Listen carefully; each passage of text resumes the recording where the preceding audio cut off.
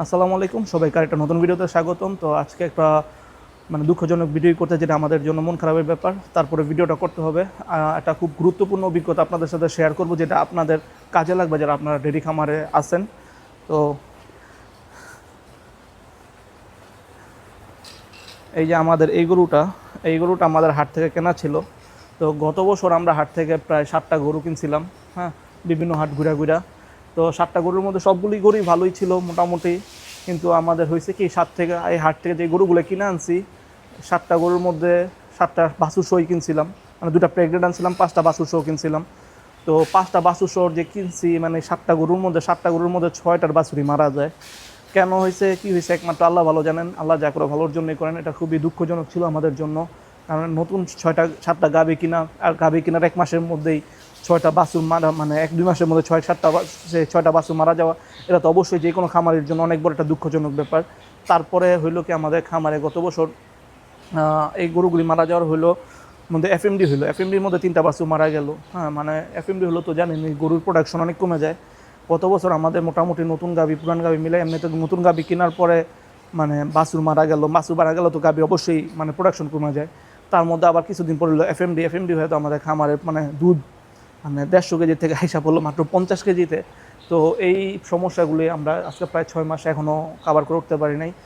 তো সবাই আমাদের জন্য দোয়া করবেন। আর আজকে যে মূল বিষয়টা নিয়ে ভিডিও করতেছে, সেটা এই যে আমাদের এই গরুটা, এটা কিন্তু আমাদের এদিকে দ্বারা এটা কিন্তু আমাদের হাট থেকে কেনা।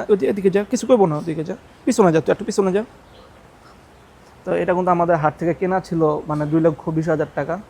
তো ওর সাথে একটা বকনা বাছুর ছিল। বকনা বাছুরটা কেনার প্রায় 1 মাস পর্যন্ত ছিল শীতে অনেক কষ্ট করে, মানে যেহেতু নতুন খামারি, আসলে আমি ভাগ্যের দোষ দিব না, নতুন খামারি অভিজ্ঞতার দোষই দিব। অভিজ্ঞতার কামড়ে আমরা বাছুরগুলো টেকাইতে পারিনি। তো তারপরে হলো যে আপনার বাছুরটা তো মারা গেল। বাছুরটা মারা যাওয়ার পরেও মোটামুটি ভালোই দুধ দিতেছিল। ও 14 থেকে 17 কেজি এরকম দুধ দিত। তো দাম হিসাবে আমি স্যাটিসফাই ছিলাম। তারপরে যে সমস্যাটা হলো যে ও প্রেগনেন্ট হইলো, হিটে আসলো, প্রেগনেন্ট হওয়ার পরে যখন আমরা গরু চেক দিলাম 3 মাস পর, তখন যে আসলো মিল সমস্যাটা। চেক দেওয়ার পরেই মানে চেক দিছি, বাচ্চা আছে কিছুদিন পর থেকেই ও হইলো যে জরায়ু বের হয়ে যেত। হ্যাঁ, মানে প্রথম তো বীজ দেওয়ার 1 মাস, মানে 1 মাস পরে জরায়ু বের হয়ে গেছে। তো এটা ঠিক হয়েছে, বাঁচলাম ক্যালসিয়ামের ঘাটতি। তারপরে আবার যখন চেক দেওয়ার সময় দেখলাম যে আবার মানে জরায়ু বের হয়ে গেল। তো যেহেতু বাচ্চা কনসেপ্ট করছে, আমরা রিস্ক নিয়ে গরুটা রাখছি যে হয়তো বা সামনের দিকে আর করবে না, মানে জরায়ু বের হবে না, 2বার অলরেডি বের হয়েছে। তার কিছুদিন পরে আবার জরায়ু বেড়ে অবস্থা খুব খারাপ হয়ে গেল, গরু একদমই পড়ে গেল। তো এটা আমরা সুস্থ করলাম, চিকিৎসা করলাম। পরে দেখলাম যে ও যে কনসেপ্ট করছিল, কনসেপ্টটা শেষ, মানে বাচ্চা গর্ভধারণ করছিল যেটা, ওটা বাচ্চা মারা গেছে।